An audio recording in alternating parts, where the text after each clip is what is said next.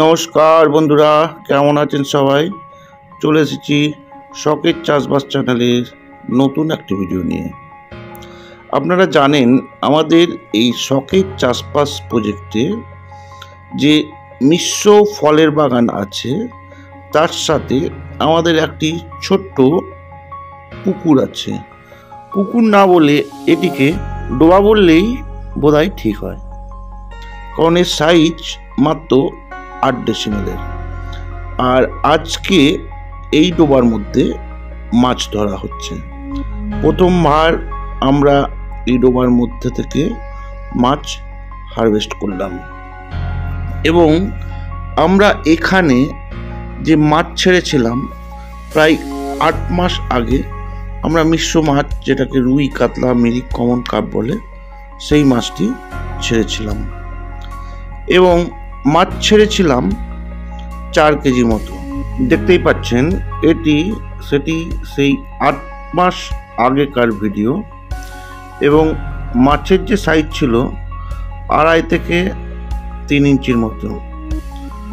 মাছটি আনার সময় দু একটি মাছ আমাদের হয়তো আঘাতজনিত কারণে বা অক্সিজেনের অভাবে মারা গেছিল।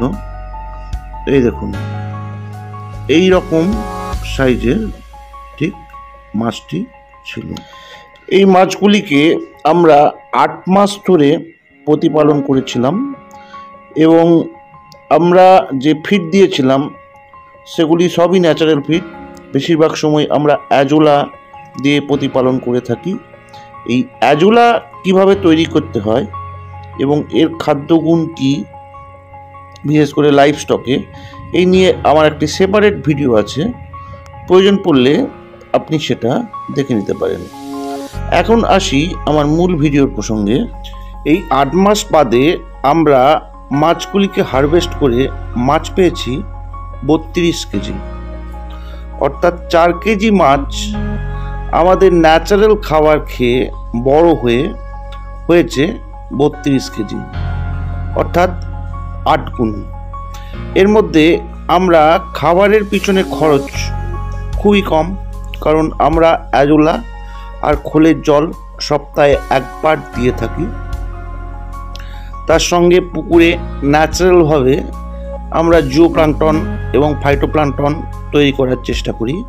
এই জুওপ্লাঙ্কটন বা ফাইটোপ্লাঙ্কটন কিভাবে তৈরি করি সেটা নিয়ে আমি একটি সেপারেট ভিডিও করব। এখন উপসংহারে আমরা বলতে পারি, কোনো ইনভেস্টমেন্ট, অর্থাৎ পোস্ট অফিস বলুন, শেয়ার মার্কেট বলুন, 8 মাসে আপনাকে 8 গুণ রিটার্নস, অর্থাৎ 4 কেজি মাছ 32 কেজি হয়েছে, অর্থাৎ 8 টাইমস এই রিটার্ন কেউই আপনাকে, কোনো ফার্মিংই আপনাকে দিতে পারবে না। ইভেন ব্যাংকেও দিতে পারবে না, পোস্ট অফিসেও দিতে পারবে না। তবে আপনাকে হাই ডেন্সিটিতে মাছ পালন করা চলবে না, এর জন্যে অনেক খাবার আমাদের বাইরে থেকে দিতে হবে। আপনি সহজেই পুকুরের মধ্যে ন্যাচারাল ফিড তৈরি করে আপনার মাছকে বড় করতে পারেন। আজ তাহলে এ পর্যন্তই থাক বন্ধুরা। খুব শীঘ্রই আসছি অপর একটি ভিডিও নিয়ে।